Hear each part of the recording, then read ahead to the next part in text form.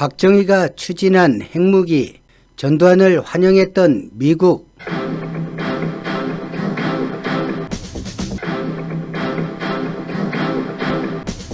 통치자를 판단할 때 조건이 무엇일까요?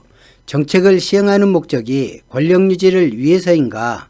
아니면 국가와 국민을 위한 것인가? 이것이 가장 중요한 판단 조건이 될 것입니다. 일명 통킹만 조작 사건을 만들고 베트남 전쟁을 시작했지만 미국에서 반전 여론이 높아지자 미국 닉슨 대통령의 괌 독트린이 발표됩니다.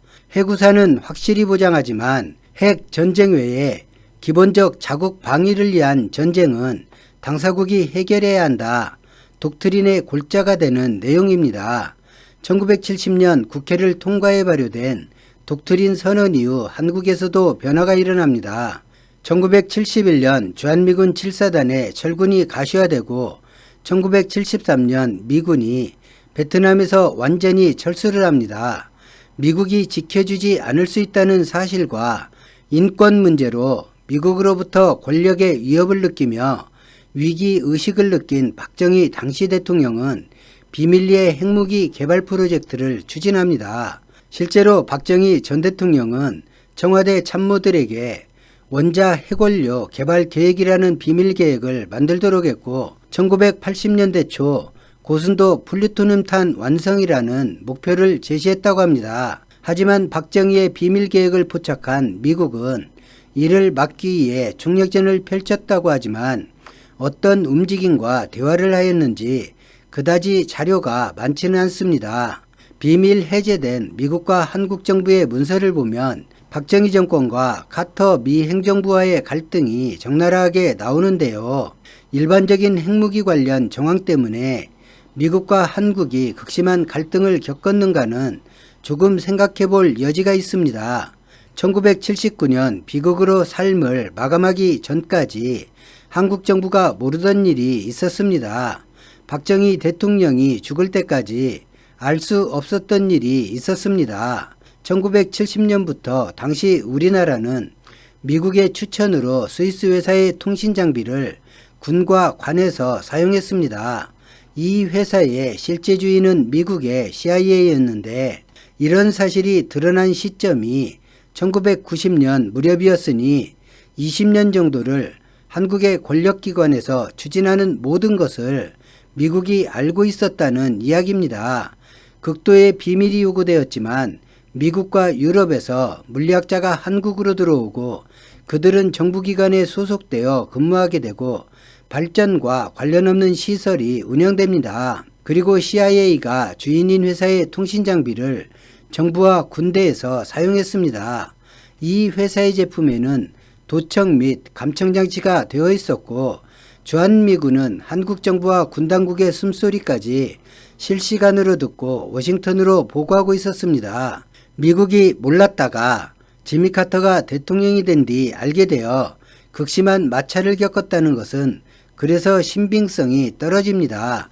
오히려 공개된 문서에서는 유신헌법으로 개정한 이후 한국에서 벌어지는 시민탄압 인권유린이 우려 차원을 넘게 되어 이와 관련되어 한미 간 마찰이 일어나고 있다 기술되어 있습니다. 미국이 우려할 만큼 진척이 되지 않은 것뿐이고 실제 한미 간 마찰원인은 한국식 민주주의를 주창하며 시민을 탄압했던 그 일에서 발생했습니다. 한미 간 마찰은 인권운동가 출신의 지미 카터가 1977년 대통령이 되면서 더 극심해졌습니다. 인권 탄압하는 이런 나라를 지키기 위해 주한미군을 주둔시키지 않겠다고 공개적으로 발언할 만큼 박정희 정권에 대한 적개심이 매우 강한 사람이 지미 카터였습니다. 1978년 북한의 위협에 대비해 유엔사를 해체하고 한미연합사를 창설하지만 지미 카터는 1982년까지 3단계에 걸쳐 주한미군을 철수하기로 하면서 한미 간 갈등은 최고조에 오릅니다.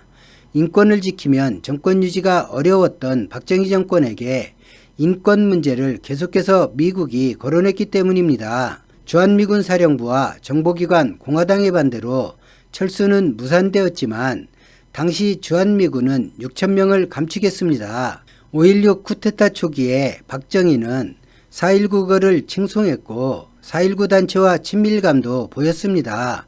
그러나 미국은 4.19 혁명을 반기지 않았습니다.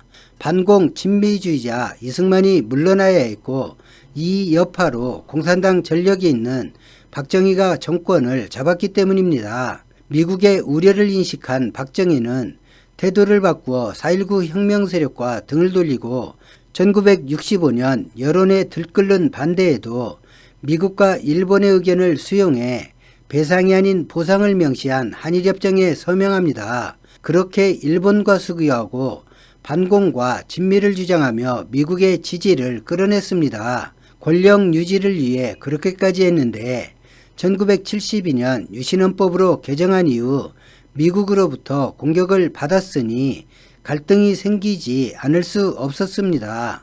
1978년 미국은 핵무기 개발을 명분 삼아 소위 미사일 지침이라는 것을 시작으로 원자력 핵협정 등 무기 개발을 제약합니다. 이때 시작한 무기 개발 제한은 지금까지 이어져 오고 있습니다. 그런데 지미 카터의 행보가 아리송해집니다. 박정희 피살 이후 12.12 쿠데타로 등장한 전두환 정권은 미국의 환심을 사기 위해 공개적으로 한미가 거론하지 않은 핵개발 포기를 약속하고 1981년 1월 충남 대덕공단을 원자력 연구소와 통합하고 에너지 연구소로 이름을 바꿉니다. 전두환의 쿠데타와 5.18 시민학살을 지미 카터는 잠시 거론하다가 침묵해버립니다. 당시 보안사가 군 내부는 물론 주요 인사의 통화를 모두 감청했지만 미군은 그 보안사까지 감청과 도청을 했습니다. 쿠데타를 사전에 알고 있었고 5.18의 모든 내막을 미국은 알고 있었습니다. 미국의 이익에 부합하는지를 따져 천안함과 마찬가지로 침묵하거나 동조하거나를 결정했을 뿐입니다. 그래도 인권 대통령이라던 지미 카터가 박정희 정권의 인권 탄압을 구실로 주한미군 철수까지 거론했던 행보에 비하면 참으로 아리송한 모습이라 할 수 있습니다. 냉정히 말하면 친일, 친미, 반공을 내세우고 미국과 일본의 안보를 의지해야 한다는 전두환에게 미국이 뭐라 말할 것은 없습니다. 가장 원하는 한국의 권력 형태이니까요. 이후 한국은 미국과 국제원자력기구의 엄격한 감시하에 전력 생산을 위한 원자력 발전에 치중하게 되고 한국의 핵무기와 관련된 일은 역사 속으로 사라졌습니다. 핵무기 개발과 포기에 대해 많은 설이 있지만 오늘은 일반적으로 인정된 이야기를 하였습니다. 오늘 영상은 여기까지입니다.